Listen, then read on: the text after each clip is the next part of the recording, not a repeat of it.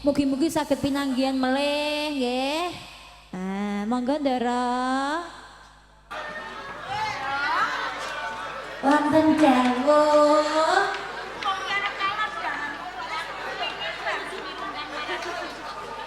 Nggih kula. Anggenipun kula kalawas saderipun para abdi nggih. Menika sampun sae babagan ngayahi kewajiban Ndara. Nggih.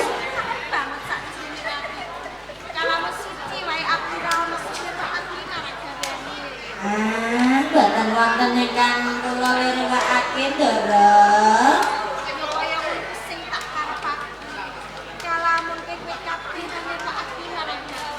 Nggih.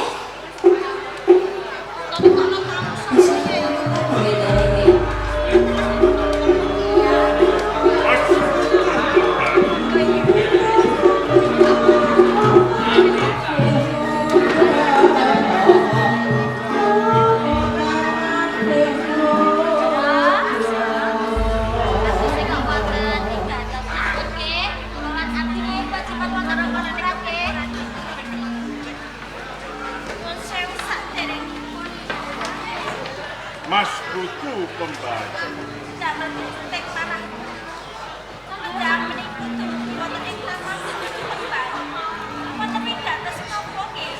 Ya, ya mung wae pratanipun yang oning Taman Sari iki aja dianggep yen to eyang iki ganggu gawe marang kamardikan mungkin lagi wae nindakake suka parisuka kelawan kabeh ora. Tenane pancen ana kawijaten.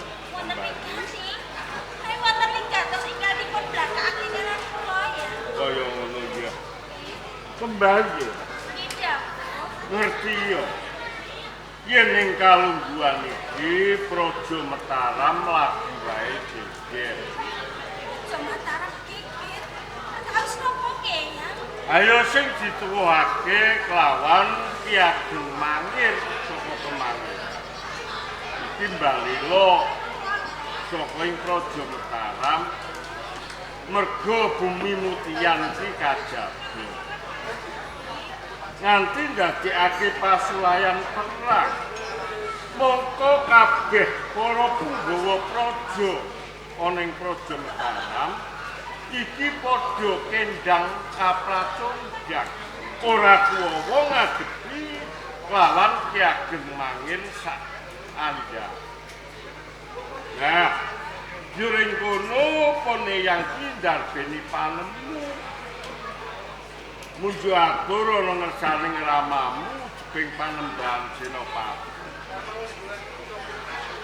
Perang antaraning Kemangiran lan ing Mataram bisa menang ning kanthi sarana iki kudu pembayun keng ing mungkone maju ning palagan.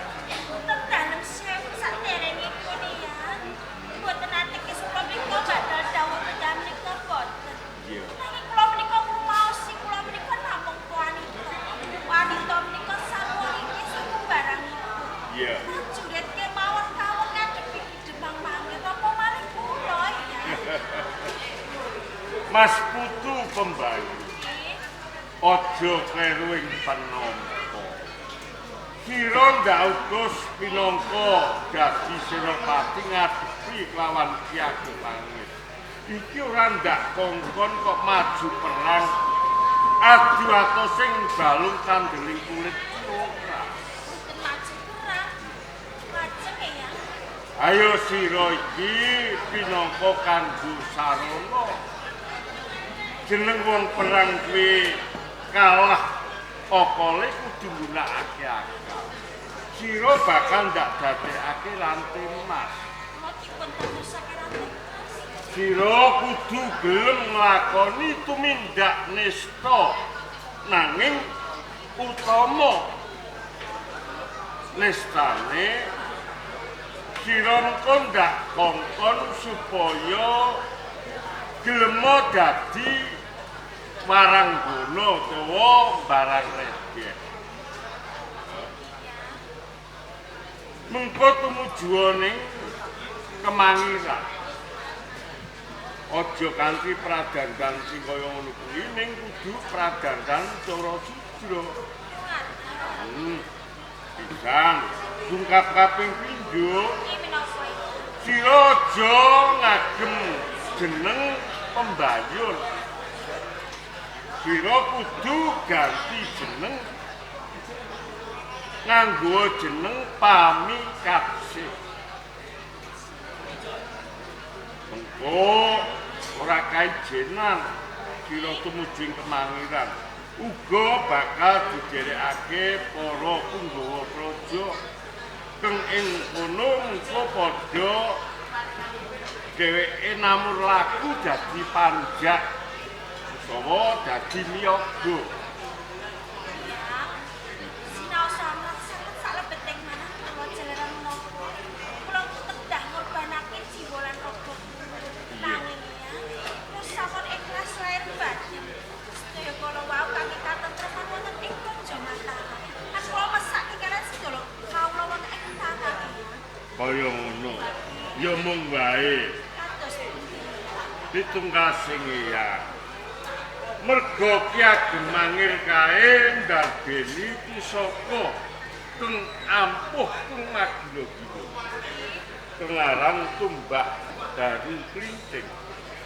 Nah, mengko sira bakal ndak wenehi aji pengasihan dimen Ki Ageng Mangir iki nyumurupi marang pasuryanmu dheweke bisa kapilut, bisa kapilulu.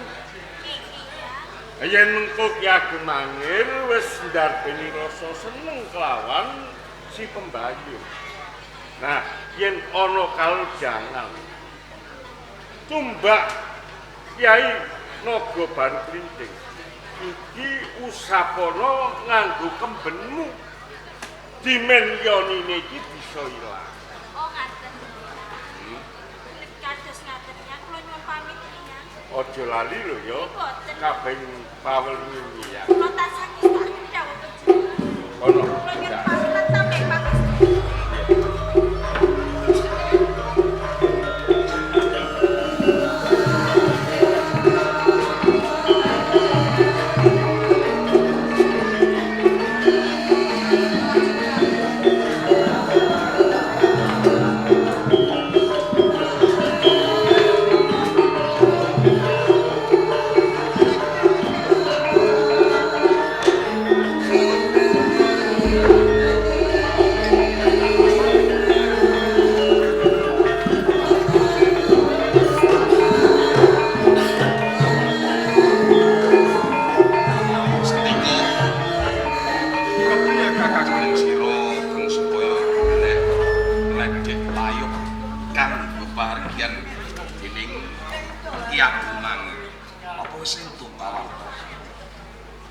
Menawi mledek payu.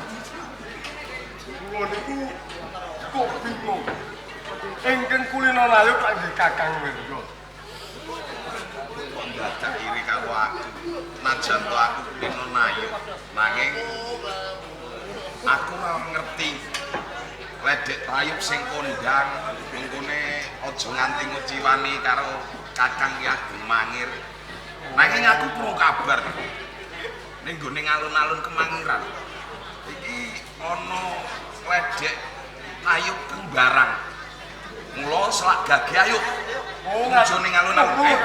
Monggo.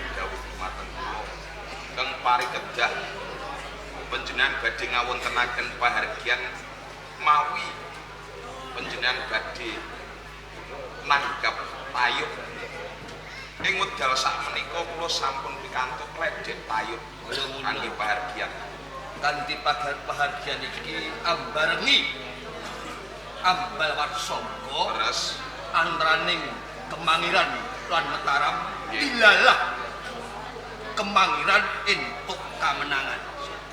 Saya regane papan kene sampun dipun parang ya to. ya Urung mau. Oke. Atur munggah.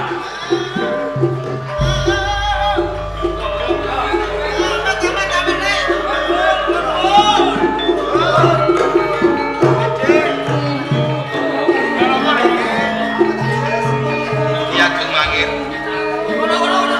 menika ledhek ing mangkenipun kangge pahargyan menawi to kirang nuju krana ampun duka dumateng Malah aku matur nuwun.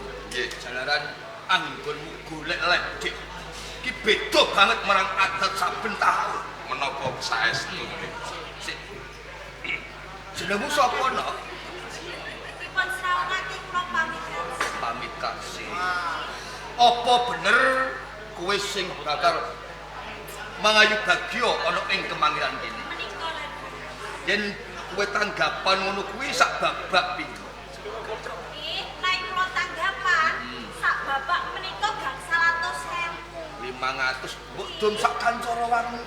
Iki lha pripun? Apa ya cukup meh? Angge sithikan. Dadi sithik didum sithik ana mbrah. Sithik. Kurang. Ya niki tanggapan kurang. Kaya ngono lho.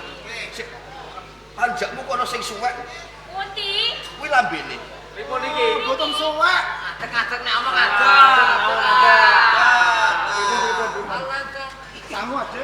Kowe kok kaya dagelan gembur. Apa ya gembur? Gembur sapa? Wah. Oh kancaku ngaret iki kok. Ampun ngaten iki demam. Gojek sak wentara. Ya yen pancen kaya ngono, ayo enggal kawiwitan. Apa saged dipun wiwiti? Pejaman menika ngersakake gendeng napa? Wis sak senengmu bebas. Ageng prayogi Bapak Lurah kemawon dipun suni gending napa Ngaten. Pundi Bapak Lurah? Ha iki kae lho. Pak Lurah Bapak Lurah nyuwun gending napa Ngersakake gendeng napa nggih, Pak? 10 bukare aku. Wis Napa? bae tes iki wis pas. Orek-orek kok gawe aro manis, Pak.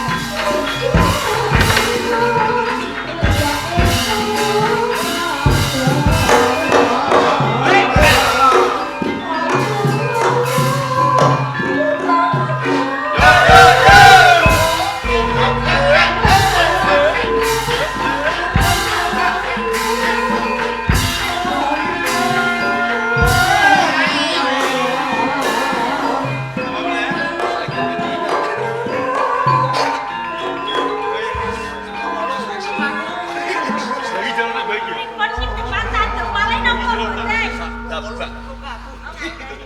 Meleh Napa tesih kirangan ki? sak senengmu ya. Napa? Takene.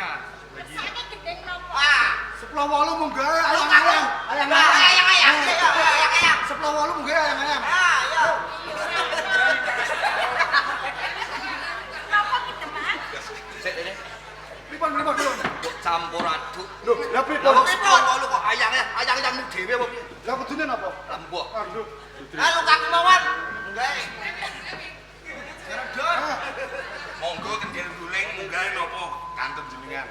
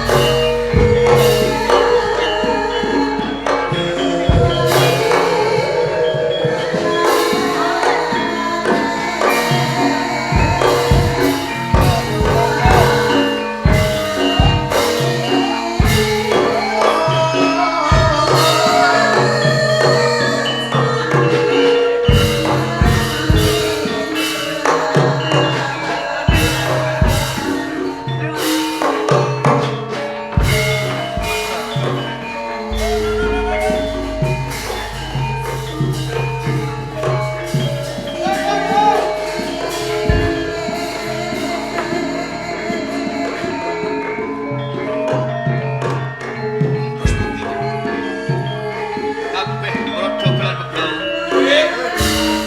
Tak kira wis cukup jalarane wis marem rasane ngatiku kula nganti kuwi. Sampentara kanca rawangu kabeh lan para pradangga supaya bali pamit kasih ben katrem ana ing papan. Katen. Ini aku ya.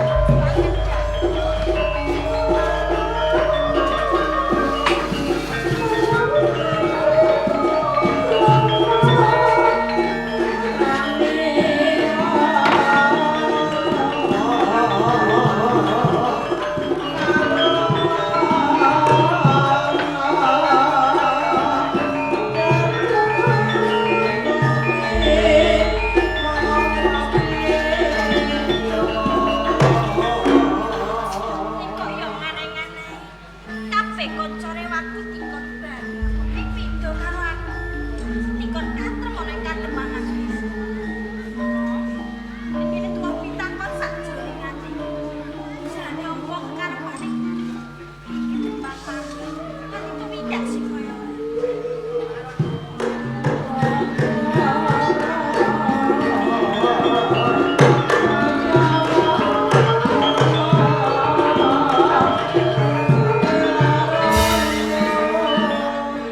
Pamikat Iki kula ketemu. tak rungokke saka gandhok mburi. Kuwi genang-geneng ing semu kaya bingung rasane atimu. Sakwise kanca rawanmu tak kon bali yen kowe supaya katrem ana ing kemangiran. Ki menika turun pitaken salebeting manah kula. Napa kula menika nggadahi kalumputan kalian panjenengan? Ora. Nanging ndadekake bingunge ngrasane atiku. Kok saged ngoten? Aku gumun karo kowe. Gumun perkawis menapa nggih Ki Ageng? Kowe iki yo ayu. Ki, Iya toh? Ning kok yo nista temen anggon menyambut gawe. Mung dadi mung sak ledek. nyuwun sewu nggih Ki Ageng. Ngantos kula menika dados ledek ingkang kados ngaten. Iya. Jalaran kula menika lula boten gadhahi sinten-sinten. Kula boten gadhahi sanak lan kadah. Papan dunung kemawon kula boten gadah Ki Ageng. Dadi nganti kowe nyambut gawe dadi ledek kowe mau kepujuk ing kahanan. Menika leres. Mergo kowe bocah lolo. Ora duweni wong tuwa. Menika leres. Apa meneh dulur. Papan dunung wae ora duwe. Kula niki boten gadah sinten-sinten. Kula menika gesang kajenengan Ki Ageng. Iya, iya, iya. Bareng aku ngerti apa sing mbok kandhakake marang aku. Sak temah kabuka atiku mula kanthi kuwi. Kados pundi Ki Ageng? Ing papan kene aku bakal mblakakake isin-isining atiku. Menapa Ki? Apa damel bingunge kula? Ora. Wiwit kowe munggah ana ing kademangan kemangiran. Aku weruh pasuryanmu. Bedasan kowe ndudut rasaning atiku. Sak tembah aku tresna karo kowe. Tresna kalian kula. Menjam nika pun gojek Ki Ageng mami. Kula menika kumangsani kula menika sinten. Iya. Boten pas lantar menawi kula menika sandingan kalian panjenengan. Menawi kelampahan kula dados garwa panjenengan tamtu badhe nglingsungaken asma panjenengan Ki Ageng mami. Kuwi luput. Talamun kowe gelem urip bebrayan marang aku. Ki, Aku malah bakal ngangkat marang derajatmu. Sing mau derajatmu asor bakal tak angkat. niki saestu boten gojek. Kalamun aku gojek, ngopo aku ndadak perintah wis katrem ana ing kemangiran pamika. Aduh Ki Ageng mangin. Menika kanugrahan mungguing kula. Atas kahanan kula kados ngaten panjenengan kersakake dados karo panjenengan. Iya. Pramila kula tampi Ki Ageng mangin. Tampa Ki, tenan ki saestu anggonmu nampa kowe kanthi kapeksan apa tulus lahir batin. boten kula selaki. Estunipun kula ugi tresna lahir terus ing batin kalian panjenengan. Kaya ngono. Ki, Yen pancen kaya ngono papikat, ki kados pundi? aku bingung rasane ati. Ampun bingung. Lagi iki aku ngadepi wong ayu sing kaya kowe. Alah pun kados ngaten ampun kesengeten anggenipun ngalebono dhateng kula. Ning nyuwun sewu nggih Ki Ageng mawon. Kula menika badhe tanglet kalih panjenengan. Ngenani bab apa? Kula niki gumun kalih panjenengan. Pawarta ingkang kula tampi panjenengan menika saged ngawonake tiyang-tiyang saking Mataram. Kamangka Mataram menika negari ingkang ageng. Menawi dipun keparengake kula kepengin sanget mangertosi. Panjenengan menika nggadahi piyanggel menapa nggih? Tak pitakonmu kok ya aneh. Kok takon liyane. Lah pripun kula niki calon garwanipun nggih sampun lumrah menawi kula menika tanglet babakan menika. Pancen Ki, apa sebabe saben kademangan ngempur dining negara liya. Kalebu Mataram. Senajan to Mataram kuwi negara kang gedhe, nangki. nanging ora bisa ngalahake kademang kemangiran jalaran. Aku duweni tumbak baru klini. Ya sewu nggih Ki Ageng. Kok panjenengan saged andarbeni pusaka kula wau? Lara-larahipun kados pundi? Dongenge rak ngene.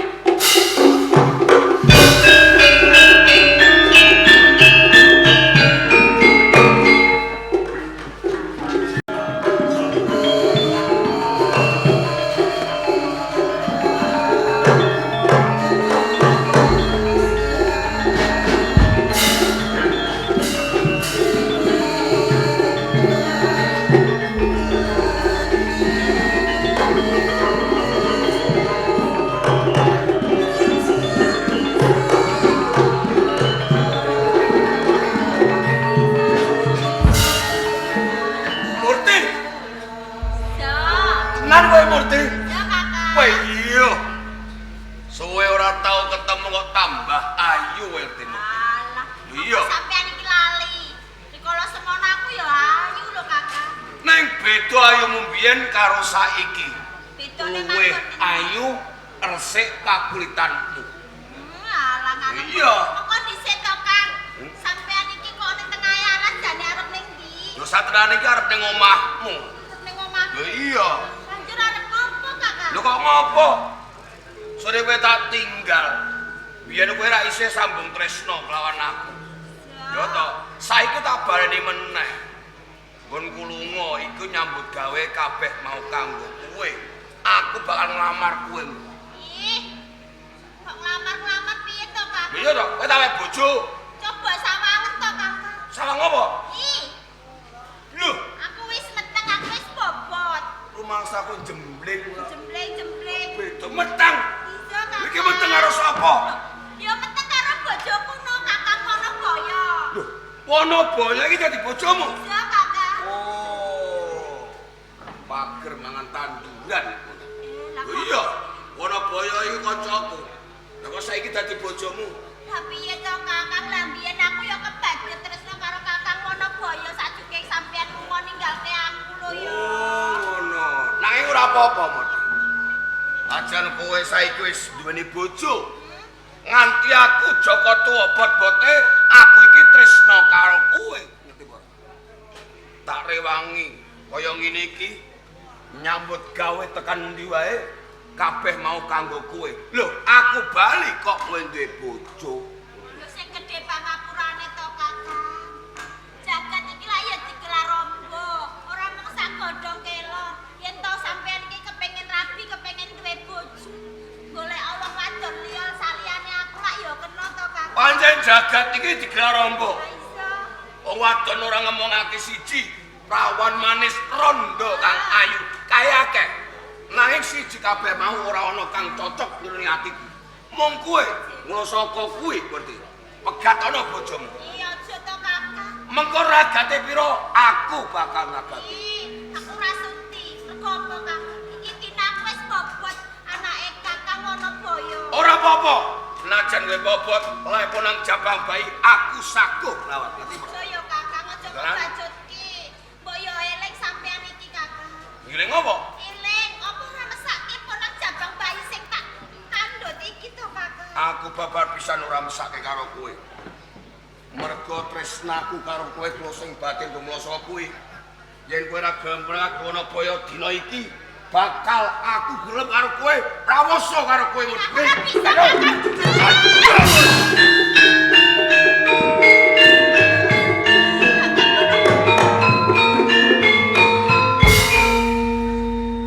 Loro, Kakang, loro.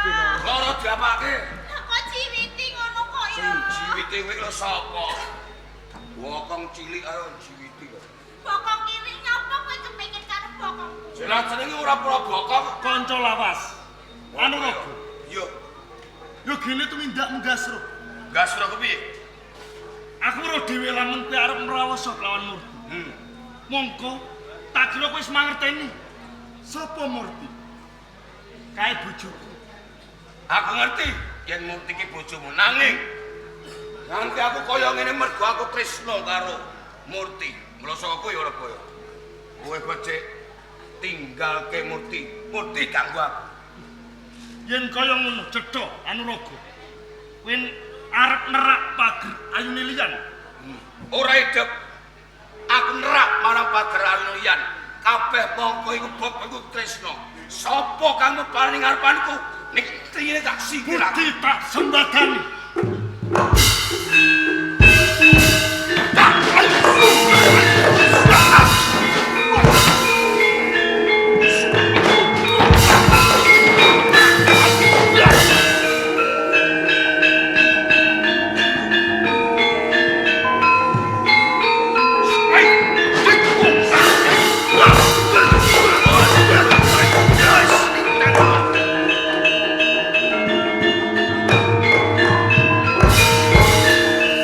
Jujur ayune ana aku.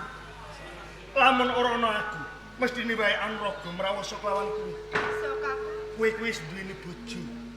Yen to arep ninggal omah, mbok yo pamit kelawan bojomu. Kakang Wonoboyo sing gedhe pangapurane ya, Kakang, ora bakal tak baleni meneh. janji. Sio Kakang. Redine iki wis sore. Ayo bali bebarengan kelawan aku.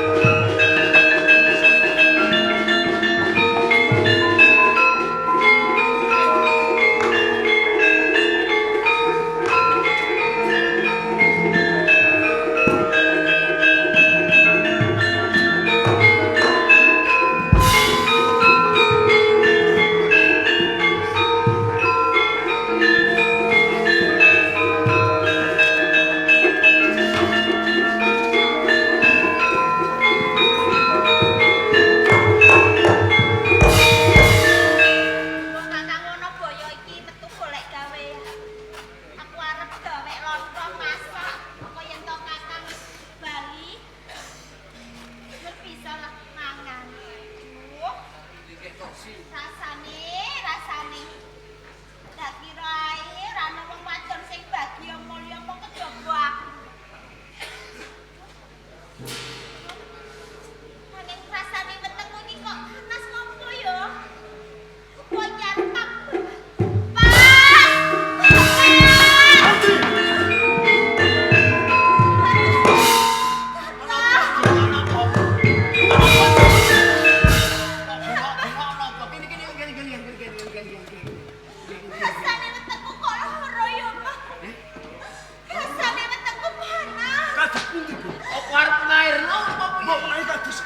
Coba digone mburi. Monggo.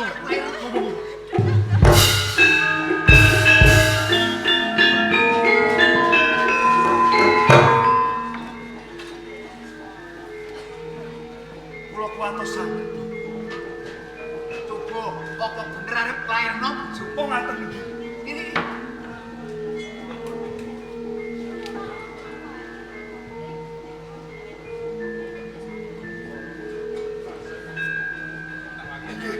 Ajeng babarke, Bu. Mbok menawi sekedhap malih kok suwe banget. kula ngantos bingung, Bu. Ora kepengen rasane ati. Coba tak pilihan. Ngaten iki, Bu.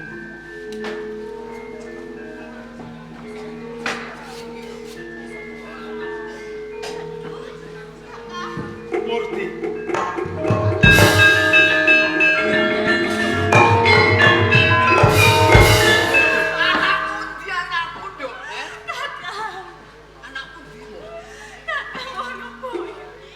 Yo gene ke tawang-tawang tangis kelawan aku Murti.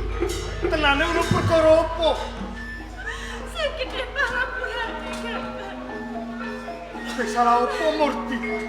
Bloko wae kelawan aku. Jambak bayi sing tak kandhut mau. Lair ora kawujudan konang jambak bayi lumrah Kakang. Banjur Murti Ora wujud bayi. Ora wujud. Banjur wujude apa, Nduk? Wujude nang saka sing gedhe Bapak. Wujude ula. Mbok Sibo aku anakmu Mbok Putuku. Nasibku lair kok sapa bogar bane sibok kok kaya ngene wujude iki tau piye. bapakku ndi Mbah bapakku ndi Mbah Kene cedhak karo anak. Bapak. bapak Anakku kae bapak. bapak Kae bapak. ono apa Pak Ngono yo.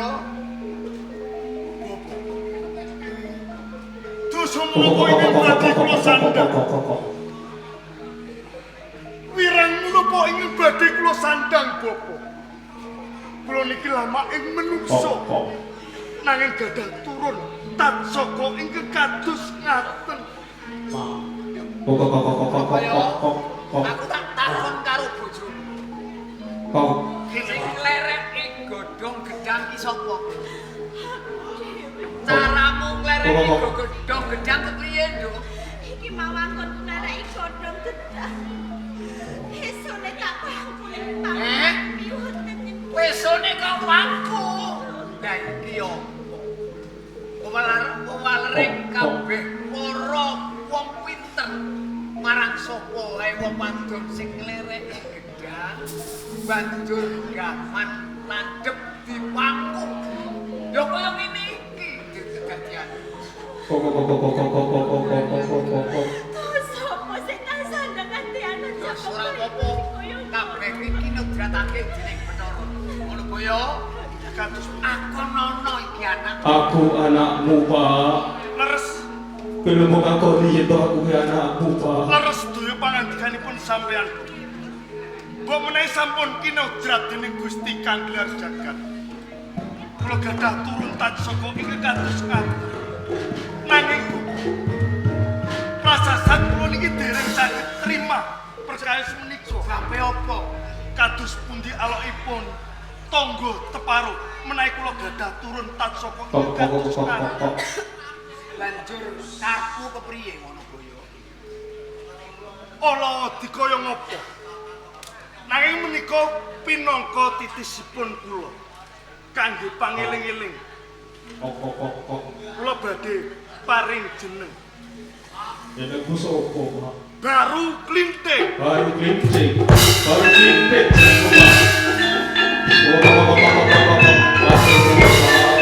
Baru Ewan Klinting. ini wis gelem meneh jeneng lawan aku, Pak. Aku saguh kowe tak daku pinangka anakku. Syarate mung siji.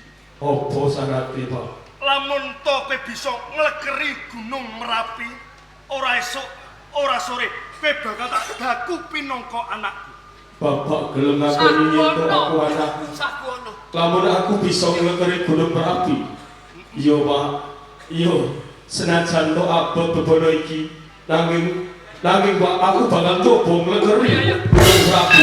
Aku njaluk pamit, Pak. Aku njaluk pamit, Pak. Aku njaluk pamit.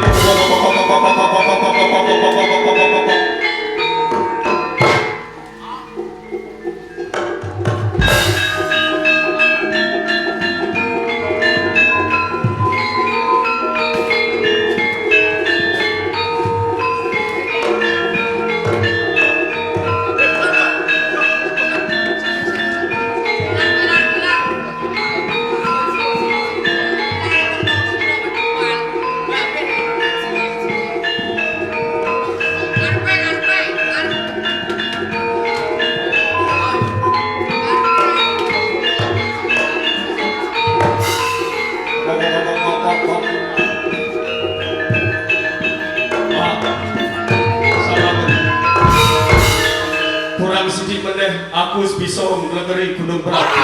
Pak.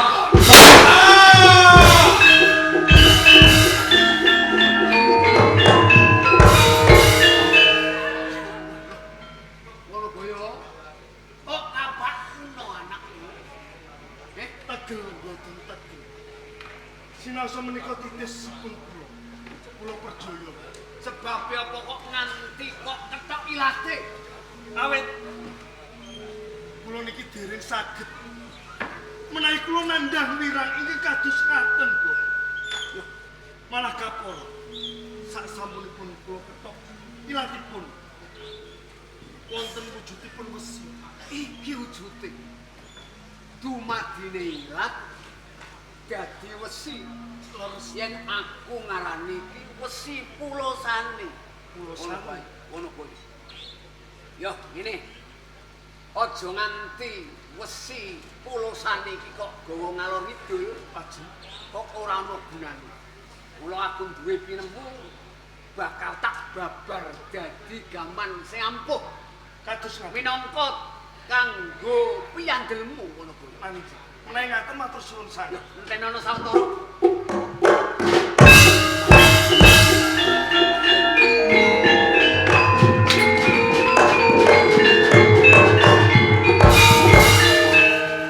Jebul wujude tumbak.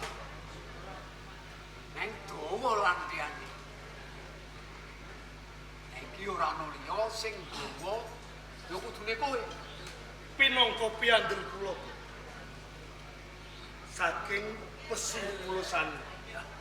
Ini nalika anak wujud ula kok jenakno baru klinting leres. Rening tumbak iki aku sing babar.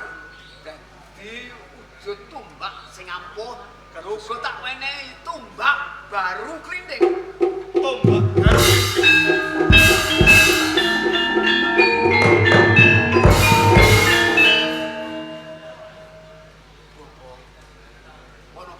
Boten pantes menawi dipun rembak wonten sak tengahipun alas. Langkung prayogi, monggo.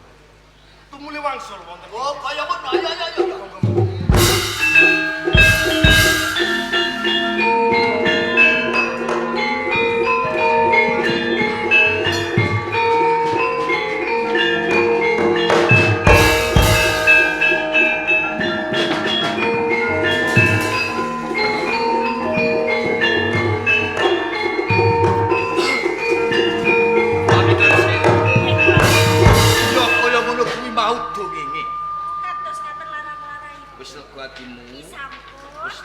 Barake crita sing sakmono dawane. Sanika kula sampun mangertosi kok ya. Mula kanthi kuwi Cahayu Kados pundi? aku kepengin agi-agi muladeni. Ngaten monggo kula lados